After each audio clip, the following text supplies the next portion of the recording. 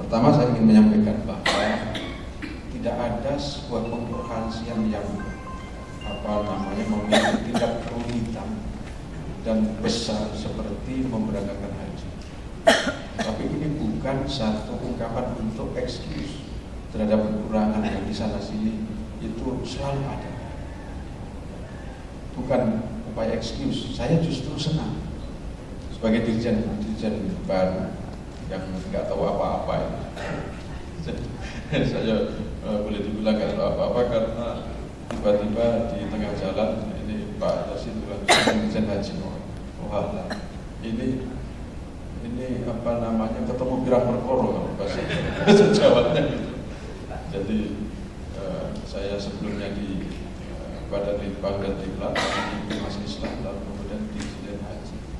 Jadi kalau ada yang kurang mohon bisa dimaklumi karena di sini ada spesialisnya Pak Yasin, Pak Gatot, apalagi beliau di Pak Dubes, kemudian bapak yang lain, saya mohon dikoreksi. Jadi saya senang karena empati masyarakat publik terhadap haji itu luar biasa. Tidak hanya mereka yang memiliki tugas fungsional melakukan pengawasan, tidak hanya mereka yang punya tugas untuk menyelenggarakan haji dari Kementerian Agama, dan tidak hanya mereka yang menjadi pengamat haji. Sekarang ini kan sangat marak pengamat, dari pengamat politik sampai dengan pilpres, tak terkecuali haji. Saya senang karena setiap saya dengarkan itu pasti ada nilai yang positif, apapun itu. Mari kita melihat mata rantai daripada persoalan perhajian itu. Ujungnya itu kan sesungguhnya adalah Undang-Undang Haji nomor 13.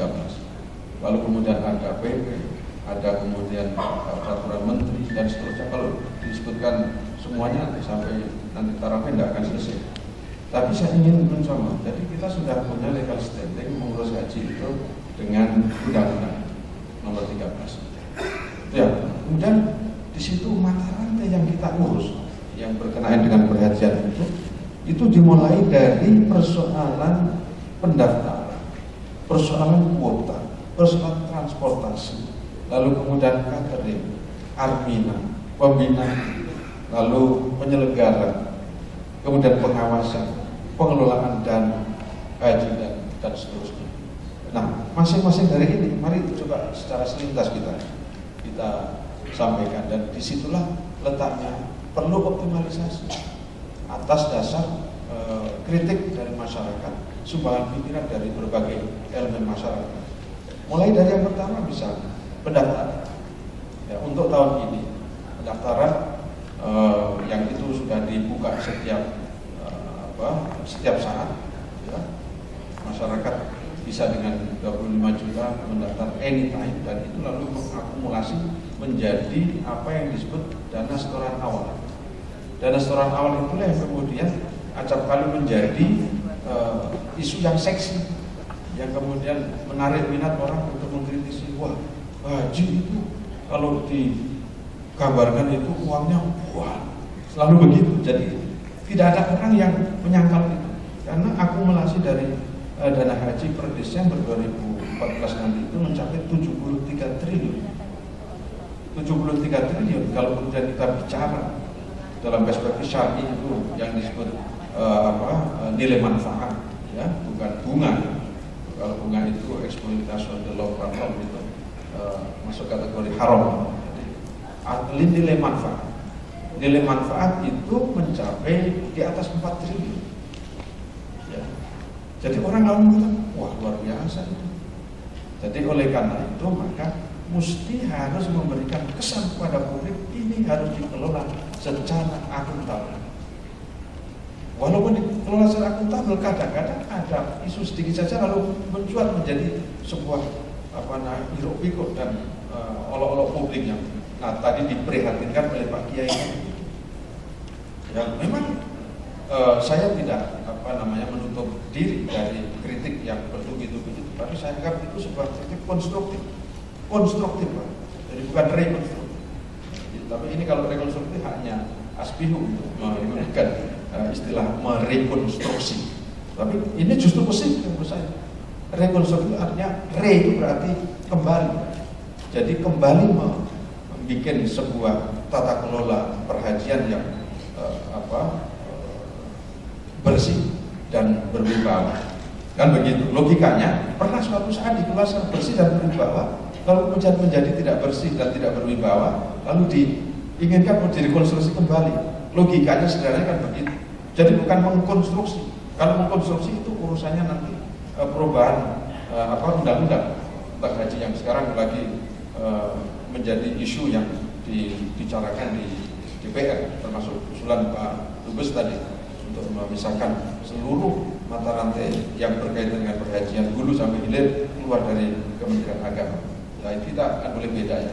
Kalau saya sih tidak setuju, bukan karena saya dirjen, ya, kemudian terancam jabatan saya enggak. Ya. Jadi kalau pun minta melanjutkan belum itu saya sekian gitu Pak. Karena saya ini kalau bukan pegawai negeri saya menolak pada Pak Irjen, tapi karena pegawai negeri itu samaan wa ta'atan, tidak ada pilihan lain. Itu ditugaskan seperti tentara, tugaskan siap laksanakan. Gitu. Makanya saya nempuhi itu bahasa Indonesianya